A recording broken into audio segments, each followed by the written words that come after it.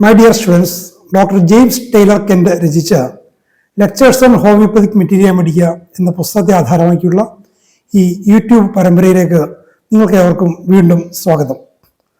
നമ്മൾ ഈ പരമ്പരയുടെ 107ാമത്തെ എപ്പിസോഡാണിത്. ഈ എപ്പിസോഡിൽ ബെലഡോണ എന്ന അധ്യായത്തിൻ്റെ 3ാം ഭാഗമാണ് നമ്മൾ പരിഗണിക്കുന്നത്.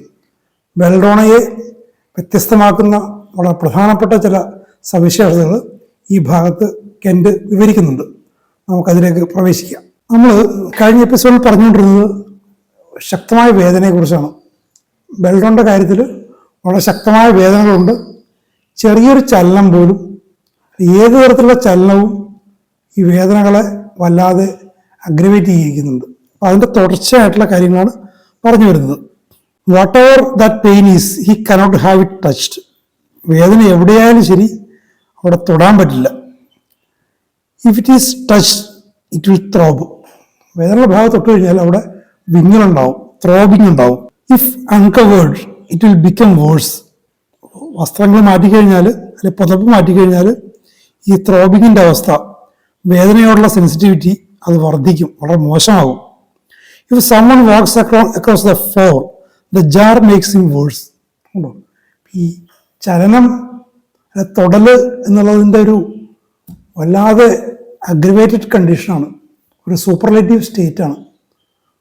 ഒരു രോഗി കട്ടിൽ കിടക്കുന്നു, ആ കിടക്കുന്ന തറയിലൂടെ ആരെങ്കിലും നടക്കുകയാണെങ്കിൽ അതുകൊണ്ടുണ്ടാകുന്ന സൂക്ഷ്മമായ ചലനം പോലും രോഗിയുടെ അവസ്ഥയെ മോശമാക്കും.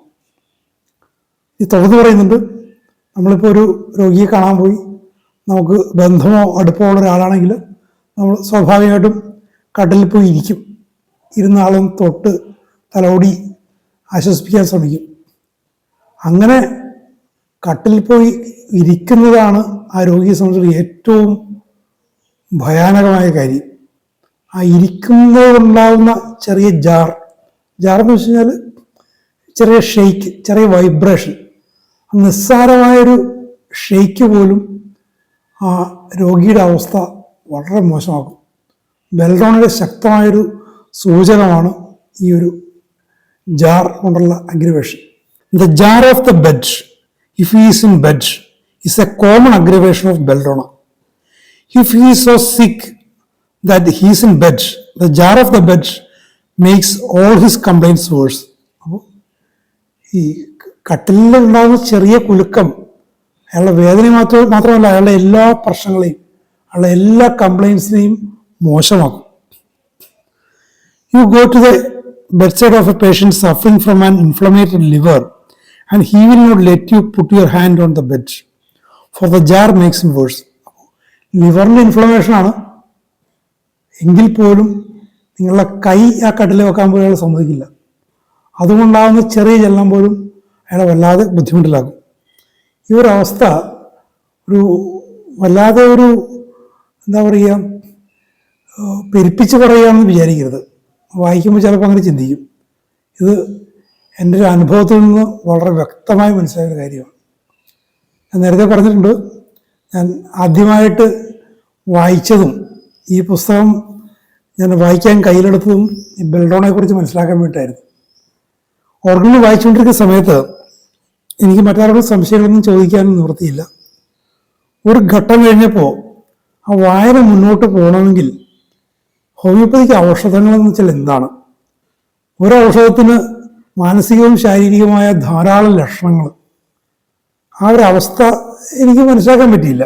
കാരണം ഒന്നും അറിയില്ല ഹോമിയോപ്പതിയെക്കുറിച്ച്, ആരോടും ചോദിക്കാനില്ല.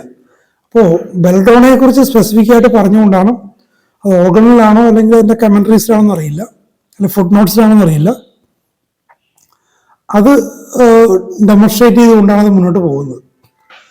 അപ്പോൾ ബെലഡോണയെക്കുറിച്ച് വായിക്കാതെ കൂടുതൽ മുന്നോട്ട് പോകാൻ പറ്റില്ലെന്നൊരവസ്ഥ വന്നപ്പോൾ ഞാൻ ഓർഗൺ വായന നിർത്തിവെച്ചിട്ട് ഈ ബെലഡോണയെക്കുറിച്ച് അന്വേഷണം തുടങ്ങി. ഇങ്ങനെ എറണാകുളം പബ്ലിക് ലൈബ്രറിയുടെ റെഫറൻസ് സെക്ഷനിൽ നിന്ന് ഈ കെൻറ്റിൻ്റെ ലെക്ചേഴ്സും മെറ്റീരിയ മെഡിക്കയും ക്ലർക്കിൻ്റെ ഡിക്ഷണറിയും കിട്ടുന്നത്. ഡിക്ഷണറി 3 വോള്യൂംസ്, രണ്ടിലും ബെലഡോണ എടുത്ത് ഞാൻ വായന തുടങ്ങി. ഒരേ സമയം രണ്ടും വായിച്ചിരുന്നു. ഈ കൂടുതൽ ഇഷ്ടപ്പെട്ടത് എനിക്ക് കെൻറ്റിൻ്റെ ലെക്ചേഴ്സാണ്. അപ്പോൾ അതിൽ ഈ കിടക്കയുടെ ചെറിയ ചലനം കൊണ്ടുള്ള അഗ്രവേഷൻ എന്നുള്ളത് എൻ്റെ മനസ്സിൽ വല്ലാതെ പതിഞ്ഞിരുന്നു. അതുകൂടാതെ തന്നെ ഈ ഡെലിവറിയെക്കുറിച്ച് പറയുമ്പോൾ ഈ പുസ്തകത്തിലാണോ അല്ലെങ്കിൽ ഇതിൽ ക്ലർക്കിൻ്റെ ഡിക്ഷണറിയിലാണോ എന്ന് എനിക്കറിയില്ല. ഈ ഡെലിവറിയത്തിൻ്റെ അവസ്ഥയിൽ ഈ വല്ലാതെ അവശതയിൽ കിടക്കുന്ന രോഗി കട്ടിൽ നിന്ന് എഴുന്നേറ്റിട്ട് കട്ടിലെടുത്ത് മറിച്ചിടും എന്ന് പറഞ്ഞിട്ടുണ്ട്.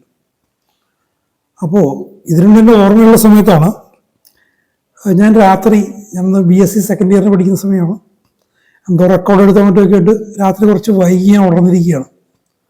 അപ്പോൾ എൻ്റെ മുറിയുടെ അടുത്ത മുറിയിലാണ് എൻ്റെ ഇളയച്ചൻ. അദ്ദേഹം ഒരു വികലാംഗനാണ്. അദ്ദേഹത്തിന് കടുത്ത പനി വന്നിട്ട് കിടക്കുകയാണ്. അപ്പോൾ അദ്ദേഹം സാധാരണ പനി തലവേദനയൊക്കെ വന്നു കഴിഞ്ഞാൽ ഞാൻ കഴിഞ്ഞ ദിവസം പറഞ്ഞ പോലെ ക്രോസിൻ അനാസിൻ എന്നൊക്കെ പറയുന്ന ഔഷധങ്ങളൊന്ന് മരുന്നുകൾ അന്ന് കടകളിൽ കിട്ടും, സാധാരണ കടകളിലും കിട്ടും. അത് വാങ്ങി വെച്ച് അത് കഴിക്കാൻ പതിവ്. അപ്പോൾ മറ്റു മരുന്നുകളൊന്നും അങ്ങനെ കഴിക്കാറില്ല. അത് കഴിച്ച് അങ്ങനെ കിടക്കുക എന്നുള്ളത്. ഞാൻ വല്ലാത്തൊരു ശബ്ദം കേട്ട് ഞാൻ ചെന്ന് കഴിഞ്ഞപ്പോൾ കാണുന്നത് ഈ കട്ടിലെടുത്ത് മറച്ചിട്ടിരിക്കുന്ന പനിയായിട്ട് അവശനായിട്ട് കിടന്ന വികലാംഗനായൊരു വ്യക്തി കട്ടിലെടുത്ത് മറച്ചിട്ടിരിക്കുക.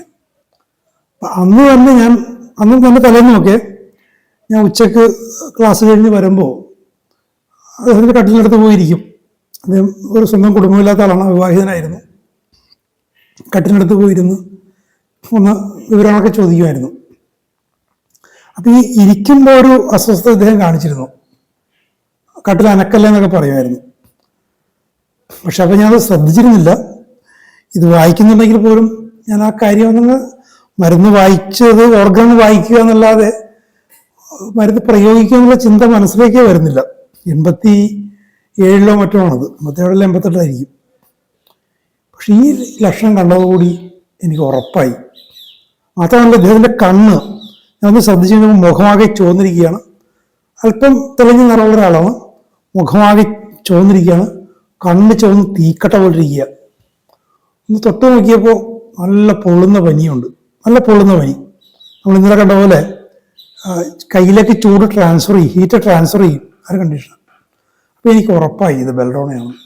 അപ്പം അദ്ദേഹത്തിൻ്റെ അവസ്ഥയിൽ എനിക്ക് വളരെ ദുഃഖമുണ്ടായെങ്കിൽ പോലും ഈ ഒരു റിസംബ്ലൻസ് കണ്ടതിൽ എനിക്ക് വളരെ സന്തോഷം തോന്നി. ആ ദിവസങ്ങളിൽ ഞാൻ ലൈബ്രറിയിൽ പോയി വായിച്ചുകൊണ്ടിരിക്കുന്ന ഔഷധം കൂടിയാണത്. ഞാൻ പോയി കിടന്നുറങ്ങിയിട്ട്, അദ്ദേഹത്തിനെ ആശ്വസിപ്പിച്ച് പോയി കിടന്നുറങ്ങിയിട്ട് പിറ്റേ ദിവസം തന്നെ ഞാൻ എറണാകുളത്ത് സെൻറ് ആൽബർട്ട്സ് കോളേജിലാണ് പഠിക്കുന്നത്. അതിനടുത്ത് തന്നെ ഒരു ഹോമിയോപ്പതി ഫാർമസി ഉണ്ട്, ഹോമിയോ ഹൗസ്, ഇപ്പോഴും ഉണ്ടത്. അവിടെ നിന്ന് പോയി എങ്ങനെയാണ് വാങ്ങേണ്ടതെന്ന് എനിക്ക് പോലും അറിയില്ല. വളരെ സംശയത്തോടുകൂടി പോയി നമുക്ക് കിട്ടുമോയെന്നും അറിയില്ല, പൊട്ടൻസി ഏതാണ് അങ്ങനെയൊന്നും അറിയില്ല. എങ്കിലും അക്യൂട്ട് കണ്ടീഷനിൽ 200 ഉപയോഗിക്കാമെന്ന് എവിടെയോ ഞാൻ വായിച്ചൊരു ഓർമ്മയുണ്ടായിരുന്നു. മാത്രമല്ല ബെൽഡോണ വളരെ ഷോർട്ട് ആക്ടിങ് മെഡിസിനാണെന്നറിയാം. പിന്നെ ഒരു ഡോസ് നമുക്ക് ധൈര്യമായിട്ട് കൊടുക്കാം, അത്ര ഡീപ്പ് ആക്ടിങ് ഒന്നും അല്ല എന്നുള്ള ധൈര്യത്തിൽ ഒരു ഡോസ് 200 വാങ്ങി. പിറ്റേ ദിവസം ഞാൻ ഉച്ചകഴിഞ്ഞ് ലൈബ്രറിയിലേക്കൊന്നും പോയില്ല, മരുന്നും വാങ്ങി നേരെ വീട്ടിൽ വന്നു. അപ്പോൾ കിടന്നുറങ്ങുകയായിരുന്നു. ഉറങ്ങുകയോ തളർച്ചയോ മറ്റുമാണ്, ഞരങ്ങുകയോ ചെയ്യുന്നുണ്ട്. ഇതേപോലെ ഞാൻ കട്ടിലിരുന്ന് നോക്കിയപ്പോഴേക്കും ആൾക്ക് അസ്വസ്ഥത ഉണ്ട്. തൊട്ട് നോക്കിയപ്പോൾ ചുട്ടുകൊള്ളുന്ന പനിയുണ്ട്. ഒരു 5 മണി 6 മണിക്കായപ്പോഴേക്കും അദ്ദേഹം എഴുന്നേറ്റു. കുറച്ച് വെള്ളം കുടിക്കുമെന്ന് പറഞ്ഞ് എഴുന്നേറ്റപ്പോൾ ഞാൻ ഈ ഒരു ഡോസ് പൗഡറായിരുന്നു കിട്ടിയത്, ഇട്ട് കൊടുത്ത് വെള്ളം കുടിച്ചു കിടന്നുറങ്ങി. കുറച്ച് കഴിഞ്ഞ് നോക്കിയപ്പോൾ കൂർക്കം വലിച്ചുറങ്ങുന്നുണ്ട്. നേരത്തെ പോലെ ഞരക്കമൊന്നുമില്ല, കൂർക്കം വലിച്ചുറങ്ങുന്നുണ്ട്. ഒരു 7-8 മണിയായപ്പോഴേക്കും ആൾ എഴുന്നേറ്റു. ശബ്ദം കേട്ട് ഞാൻ ചെന്ന് കഴിഞ്ഞപ്പോൾ റെഡിഷ്നെസ് ഒക്കെ മാറിയിട്ടുണ്ട്, കണ്ണിന് മുതൽ റെഡിഷ്നെസ് മാറിയിട്ടുണ്ട്. തൊട്ട് നോക്കിയ പനി തീരെയില്ല. ആൾക്ക് വിശക്കുന്നുണ്ടെന്ന് പറഞ്ഞു. കഞ്ഞി ചോദിച്ചു, കഞ്ഞി കൊടുത്തു, കുടിച്ചു, കിടന്നുറങ്ങി. പിന്നീട് വന്നിട്ടില്ല, പിറ്റേ ദിവസം വന്നിട്ടില്ല. പിന്നീട് ഞാൻ അദ്ദേഹത്തിന് ഒരു ഹോമിയോ ഡോക്ടറെ അടുത്ത് പറഞ്ഞു വിടുകയും ചെയ്തു. പിന്നീട് അസുഖം വന്നാൽ കഴിക്കാനുണ്ട്, കാരണം പിന്നീട് കൊടുക്കാനുള്ള ധൈര്യം എനിക്കില്ല, അത്രയ്ക്ക് അറിവ് ഇല്ല. അപ്പം അങ്ങനെ ഈ ജാറെന്ന് പറയുന്നൊരു കാര്യം അത് കൃത്യമായിട്ട് എൻ്റെ അനുഭവത്തിലൂടെ ഞാൻ ബോധ്യപ്പെട്ടൊരു കാര്യമാണത്. ഈ പറയുന്നതൊന്നും വെറുതെ പെരുപ്പിച്ച് പറയുന്ന കാര്യമല്ല, ബെൽഡോണയിൽ കൃത്യമായിട്ട് കാണുന്നതാണ്. If the pain is in the abdomen, if it is an inflamed uterus, if it is in confinement, it is the same. ഇത് ലിവറിൻ്റെ പ്രശ്നമായാലും അബ്ഡോമിൻ്റെ പ്രശ്നമായാലും ശരി, യൂട്രസിൻ്റെ പ്രശ്നമായാലും ശരി, ഗർഭാവസ്ഥയിലായാലും ശരി, ഇത് അവസ്ഥ എല്ലാം ആ ഒരു ടച്ച് കൊണ്ട്, ചെറിയ ജാറ് കൊണ്ട് വർദ്ധിക്കുക എന്ന് പറയുന്നത് സെയിമാണ്. ഞാൻ്റെ ഒരു വിസ്തീർണം എന്ത് പറയുകയാണ്, it is often a modifier in a state of nervous hyperaesthesia. ഇതൊരു മോഡിഫയർ ആണ്. കൺഫൈൻമെൻ്റ് ആയാലും ശരി, ഗർഭാവസ്ഥയിലും ശരി, ഇൻഫ്ലമേഷൻ ആയാലും ശരി, ഈ നാഡികളെ ബാധിക്കുന്ന, പ്രത്യേകിച്ചും തൊലിയുമായിട്ട് ബന്ധപ്പെട്ട നാഡികളെ ബാധിക്കുന്ന വല്ലാത്തൊരു സെൻസിറ്റിവിറ്റിയുടെ ഒരു അവസ്ഥയിൽ ഇതൊരു മോഡിഫയറാണ്. ഒരു മൊഡാലിറ്റി അല്ല, ഒരു മോഡിഫയറാണ്. ആ ഒരു അവസ്ഥയെ ഇത് മോഡിഫൈ ചെയ്യും. ഈ ചലനം, ഈ വൈബ്രേഷൻ, ഈ ടച്ച് അതിനെ മോഡിഫൈ ചെയ്യും. A woman in confinement when there is no inflammation and non threatening is in such a state of hyperaesthesia that she wants the windows closed to keep the air out. She does not want to be touched. She does not want the bed moved. Any little jar aggravates. അപ്പോൾ ഒരു സ്ത്രീ ഗർഭാവസ്ഥയിലാണ്, അവിടെ inflammation ഒന്നുമില്ല, അവരുടെ ജീവനോ ഗർഭസ്ഥ ശിശുവിനോ ഭീഷണിയായിരിക്കുന്ന യാതൊന്നുമില്ല. പക്ഷേ ഈ ഒരു സെൻസിറ്റിവിറ്റി കണ്ടീഷനുണ്ട്. വായുവിലെ ചലനം പോലും ഇഷ്ടമല്ല. അതുകൊണ്ട് വായുവിന് പുറത്തു നിൽക്കാൻ വേണ്ടി ജനലടച്ചിടാൻ പറയും. കിടക്ക അനക്കരുതെന്ന് പറയും. കിടക്കൽ ചലനം വേണ്ട. കാരണം ചെറിയൊരു ചലനം പോലും ആ സ്ത്രീയുടെ അവസ്ഥയെ വർദ്ധിപ്പിക്കും. She is so sensitive to a jar even when there is no sensitive part. ഒരു സെൻസിറ്റീവ് പാർട്ട് ഇല്ല. ഒരു പാർട്ട്, യൂട്രസോ അബ്ഡമനോ തലയോ അങ്ങനെ എന്തെങ്കിലും സെൻസിറ്റീവ് ആണെന്ന് പറയാനില്ല. പക്ഷെ എങ്കിൽ പോലും ചെറിയൊരു ചലനം പോലും അഗ്രവേഷൻ ഉണ്ടാകും. കാരണം ഈ ത്വക്കിനെ മൊത്തം ബാധിച്ചിരിക്കുന്ന ഒരു സെൻസിറ്റിവിറ്റി, അതിൻ്റെ മോഡിഫയറാണ് ഈ jar. You go to such a case and you will realise in time that you are going to have a difficult and painful labour without Bell. അപ്പോൾ ഈ ഒരു അവസ്ഥയിൽ ഈ ഗർഭിണിയായ സ്ത്രീക്ക് ഒരു ഡോസ് ബെല്ല് കൊടുത്തില്ലെങ്കിൽ അവരുടെ പ്രസവം അങ്ങേയറ്റം ബുദ്ധിമുട്ടായിരിക്കും. കാരണം പ്രസവം എന്ന് പറയുമ്പോൾ അതുമായിട്ട് ബന്ധപ്പെട്ട് ധാരാളം ചലനങ്ങൾ സംഭവിക്കുന്നുണ്ട്, വയലന്റ് മോഷൻസ് ഉണ്ട്. ചെറിയൊരു ചലനം പോലും ബുദ്ധിമുട്ടുണ്ടാക്കുന്ന സ്ത്രീക്ക് പ്രസവം എത്രത്തോളം ഭയാനകമായിരിക്കും. പക്ഷേ ഒരു ഡോസ് ബെല്ലുണ്ടെങ്കിൽ കുഴപ്പമില്ല. But with a dose of bell all of these complaints pass away quickly. So quick is the action of the medicine.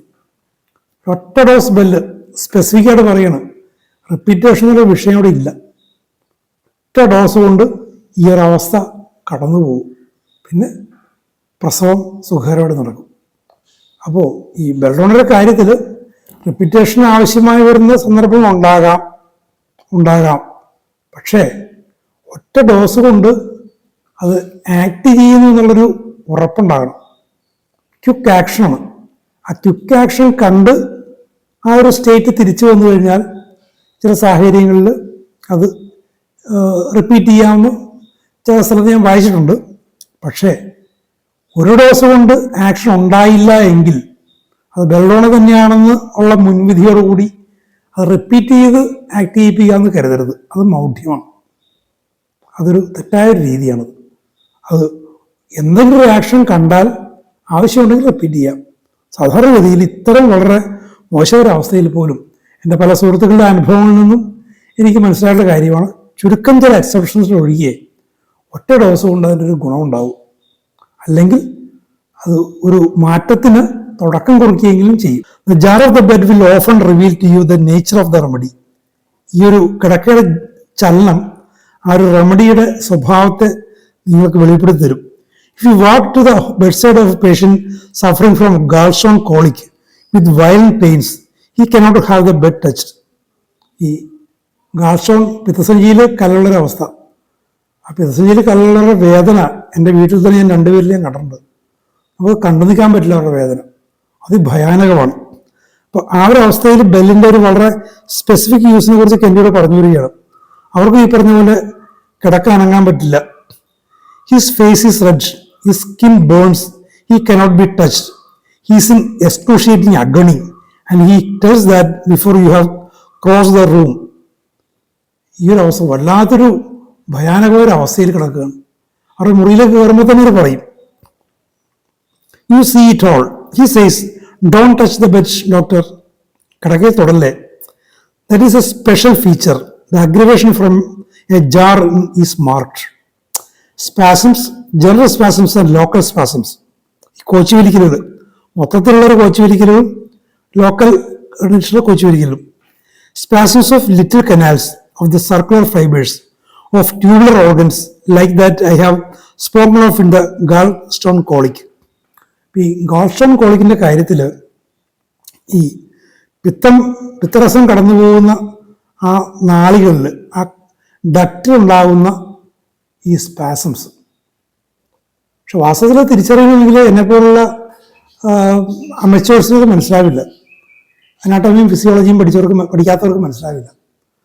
ഈ ഹോമിയോപ്പതി പഠനത്തിൽ, ഹോമിയോപ്പതി ചികിത്സയിൽ ഈ ശരീരശാസ്ത്ര പഠനം അതിനെക്കുറിച്ചുള്ള ജ്ഞാനം അനിവാര്യമായി വരുന്ന ചില സന്ദർഭങ്ങളാണ്. ഈ ആ ഒരു അറിവുണ്ടെങ്കിൽ മാത്രമേ ഈ ബ്ലാഡറിൽ നിന്നുള്ള ഡക്റ്റിലുള്ള സ്പാസംസ് ആണ് പ്രശ്നമെന്നും മറ്റുമൊക്കെ മനസ്സിലാകുള്ളൂ. അങ്ങനെ മനസ്സിലാക്കിയാൽ ബെൽഡോണയുടെ മറ്റ് ലക്ഷണങ്ങൾ കാണിച്ചില്ലെങ്കിലും ബെൽഡോണ കൊടുക്കാം എന്നിവിടെ എന്ത് പറയുന്നുണ്ട്. വളരെ പ്രധാനപ്പെട്ട ഒരു കാര്യമാണ്. അനാട്ടമി ഫിസിയോളജി പഠിക്കാത്തവർക്ക് അത് മനസ്സിലാവില്ല. അനാട്ടമി ഫിസിയോളജി അമിതമായ പഠനത്തെ എതിർക്കുന്ന ഒരാളാണ് ഞാൻ എങ്കിൽ പോലും അതിനെക്കുറിച്ചുള്ള അറിവ് ആവശ്യമാണ്.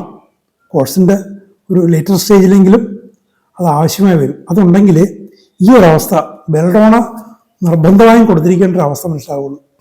ഇത് അറിയാമായിരുന്നെങ്കിൽ എൻ്റെ പിതാവിനെയും എൻ്റെ ഒരു പിതാവിൻ്റെ മൂത്ത സഹോദരി, വിവാഹം കഴിക്കാത്തൊരു സഹോദരി ഞങ്ങളോട് ജീവിച്ചിരുന്നു. രണ്ടുപേർക്കും ഈ പ്രശ്നം വന്നിട്ടുണ്ട്. അത് മനസ്സിലാക്കാൻ പറ്റില്ല. ഗാൾസ്റ്റോൺ കോളിക്കാണെന്ന് മനസ്സിലാക്കാൻ സാധിച്ചില്ല. ഈ രണ്ടുപേർക്കും ഈ ബെൽഡോണയുടെ ഈ സിംറ്റംസ് ഇല്ലായിരുന്നു. താനും ബെൽഡോണ സിംറ്റംസ് ഉണ്ടെങ്കിൽ എനിക്ക് മനസ്സിലായതിന് റെഡിഷ്നെസ്സോ ഈ ഒരു ചെറിയൊരു ചലനത്തോടുള്ള സെൻസിറ്റിവിറ്റിയോ അങ്ങനെ ഒന്നും, ഹീറ്റോ അങ്ങനെ ഒന്നും ഇല്ലായിരുന്നു. പക്ഷെ ഭയങ്കരമായ വേദന എന്നുള്ള അവസ്ഥ അവർക്കുണ്ടായിരുന്നു. പിന്നീട് ഇവരെ കൊണ്ടുപോയി ഹോസ്പിറ്റലിൽ കൊണ്ടുപോയി സ്കാനിങ് നടത്തി കഴിഞ്ഞപ്പോഴാണ് ഈ ഒരു പ്രശ്നം മനസ്സിലാവുന്നത്. അപ്പോൾ ഈ ഗാൾസ്റ്റോൺ കൊണ്ടുള്ള കോളിക്കാണെന്ന് മനസ്സിലായാൽ ബെൽഡോണ ലക്ഷണങ്ങൾ ഇല്ലെങ്കിലും ബെൽഡോണ കൊടുക്കാം. കാരണം ആ ഒരു ഡക്റ്റിലെ ഇത് പാസ് ചെയ്യുന്ന ഈ സ്റ്റോൺ പാസ് ചെയ്ത് പ്രശ്നമുണ്ടാക്കുന്ന ഡക്റ്റിലെ സ്പാസംസ് ആണ് ആ പ്രശ്നം.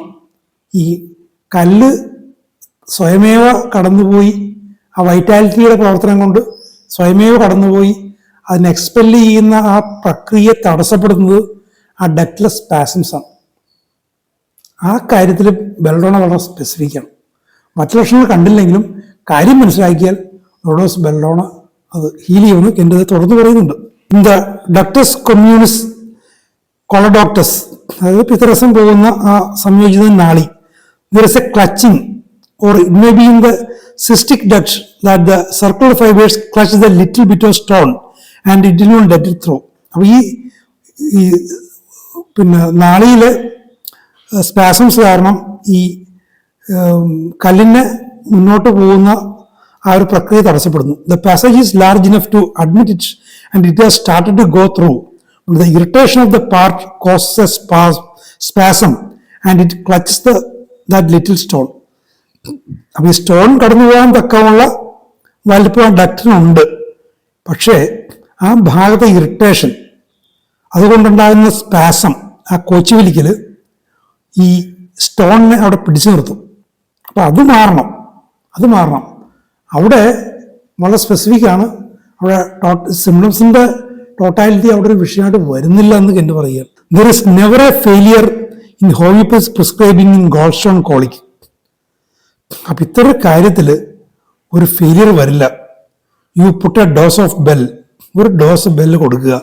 On his tongue the spasm lets up, stone passes on and there is no more trouble. In 15 minutes, the gallstone colic is gone. അപ്പം അങ്ങനെ ഒരു അവസ്ഥയിൽ ഒരു ഡോസ് ബെല്ല് പേഷ്യൻ്റ് നാവിലിട്ട് കൊടുക്കുക, 15 മിനിറ്റിനകം ഈ സ്റ്റോൺ പോയിരിക്കും. അപ്പോൾ ആ ഒരു അവസ്ഥ തിരിച്ചറിയണം. ബെല്ലിൻ്റെ മറ്റ് സിംറ്റംസ് ഉണ്ടാവണമെന്നില്ല. ഈ ഒരു ജ്ഞാനം ഉണ്ടായിരുന്നെങ്കിൽ, ഇത് ഞാൻ വായിച്ചിട്ടുണ്ട്, പക്ഷേ അറിയില്ലായിരുന്നുകൊണ്ട് എൻ്റെ വീട്ടിൽ 2 ആളുകൾക്ക് ഈ പ്രശ്നം വന്നിട്ടും അത് ഒരുപക്ഷെ ബെല്ല് കൊടുത്തിരുന്നെങ്കിൽ ബെല്ലിൻ്റെ അടുത്തപ്പോൾ ഉണ്ടാവും, കൊടുത്തിരുന്നെങ്കിലൊക്കെ മാറിയേനെ. പക്ഷെ 2 പേരെയും ഹോസ്പിറ്റലിൽ കൊണ്ടുപോകേണ്ട അവസ്ഥ വന്നു. There is never a failure in homeopathy prescribing gallstone colic എന്ന് പറയുന്നു. ഗോൾസ്റ്റോൺ കോളിക്കിൻ്റെ കാര്യത്തിൽ പ്രിസ്ക്രൈബിങ്ങിൽ ഒരു ഫെയിലിയറും വരാൻ പാടില്ല. വളരെ കൃത്യമായിട്ട് പറയുന്നത്. The symptoms are not always Bell, but in this instance where that horrible sensitiveness is present, it is bell. ഉണ്ടോ? ബെല്ലിൻ്റെ സിംറ്റംസ് അവിടെ ഉണ്ടാകില്ല, പക്ഷേ ഈ ഒരു കാര്യത്തിൽ ഹൊറബിൾ സെൻസിറ്റീവ്നെസ് അതുണ്ടെങ്കിൽ അത് ബെല്ലഡോണയാണ്.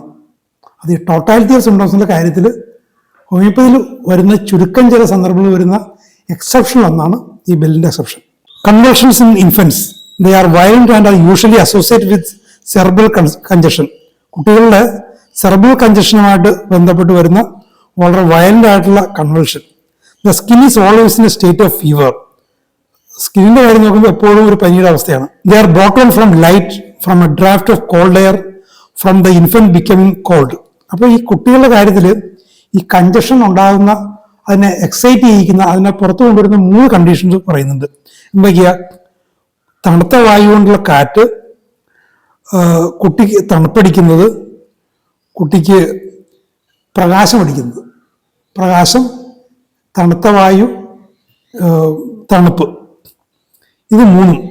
Nervous brainy children, those with a good sized head and plumed large headed boys especially, but also girls that have boys' heads when exposed to the cold have convulsions. അപ്പോൾ ഈ ഒരു തലയുള്ള കുട്ടി, വലിയ തലയുള്ള കുട്ടി, നല്ല കുട്ടി, പ്ലംബി, നല്ല പൊണ്ണത്തടിയായിട്ടുള്ള, നല്ല ഉണ്ടായിട്ടിരിക്കുന്ന ഉണ്ടക്കുട്ടി എന്നൊക്കെ പറയില്ലേ, അങ്ങനത്തെ ഒരു അവസ്ഥയിൽ അത് ആൺകുട്ടികളാണ് സവിശേഷമായിട്ടുള്ളത്. ഒരുവിധം വലിയ തലയുള്ളവർ, അവർക്കുണ്ടാകുന്ന ഈ സെൻസിറ്റീവ് ചിൽഡ്രൻ, അവർക്കുണ്ടാകുന്ന ഈ നെർവസ് ചിൽഡ്രൻ ഉണ്ടാകുന്ന ഈ ഒരു കൺവൾഷൻസ്, ലൈറ്റ് കൊണ്ട്, ചലനം കൊണ്ട്, തണുപ്പ് കൊണ്ട്, ഈ 3 കാര്യങ്ങളാണ്.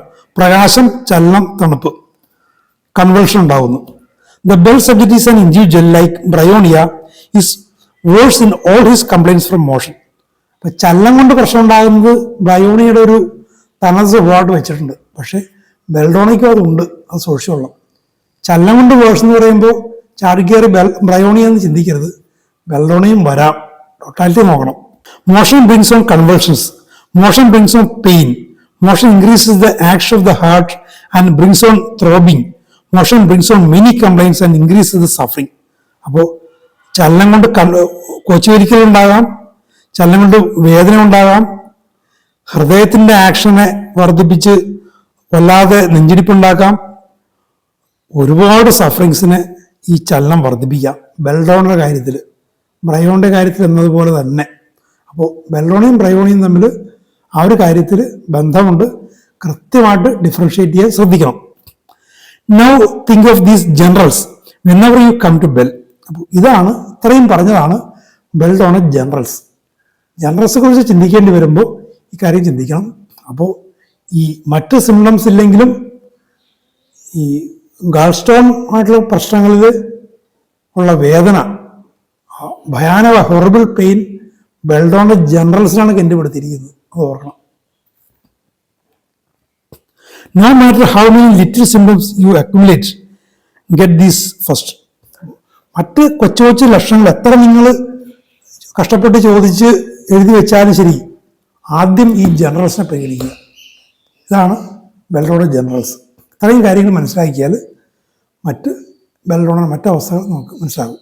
അപ്പോൾ ബെൽഡോണയുടെ മറ്റ് കാര്യങ്ങൾ, അതിലും പ്രധാനപ്പെട്ട ഒരുപാട് കാര്യങ്ങളൊക്കെ എൻ്റെ പറയുന്നുണ്ട്.